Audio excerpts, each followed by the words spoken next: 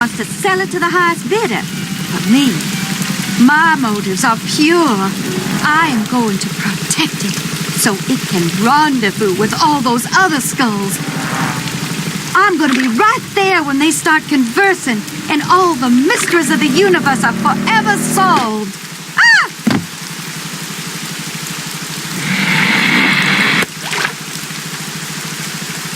No! No! No! Come back!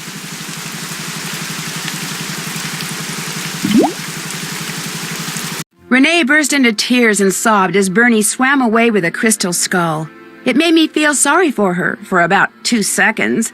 After all, while she may not have meant to cause Bruno's death, she certainly meant to cause mine when she left me sealed up in that crypt.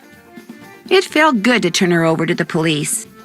Later that night, Dr. Buford came over and apologized for knocking me out with that smoke bomb and for allowing himself to think, even for a moment, that Bruno's crystal skull was anything more than a pretty piece of quartz. To make up for his shameful behavior, he insisted on taking Bess and me on a grand tour of New Orleans. Seeing the city through the eyes of someone who loves it as much as Dr. Buford was truly special. He invited Henry too, but Henry declined. He was still trying to process the fact that his great-uncle wanted him to have the skull.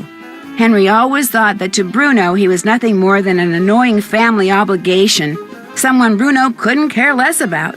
Yet Bruno's request of Dr. Buford, made with his dying breath, proved that he did care about Henry. Apparently, and unfortunately for Henry, Bruno was the type of man who just couldn't bring himself to say such things out loud. As for Lamont, when he heard what happened, he closed his shop, bought enough marshmallows to fill a swamp boat, and has been scouring the bayous ever since, kicking every log he comes to in hopes of finding Bernie and the crystal skull inside him. But Bernie has yet to turn up. Maybe the skull didn't agree with him.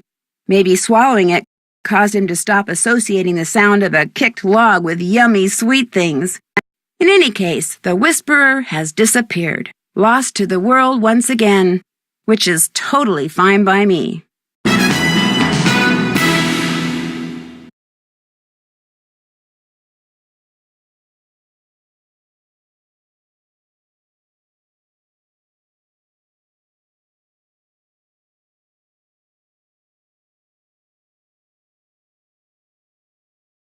Talk about a detective's dream come true. The Italian police called me personally and requested that I travel to Italy and help them stake out a suspected thief in Venice. Unfortunately, what started out as a simple assignment in a city filled with canals, gondolas, and romance quickly morphed into a full-fledged undercover operation, and I soon found myself trapped in a maze of lies, disguises, and danger. Help me find my way out by joining me in my next adventure, Phantom of Venice.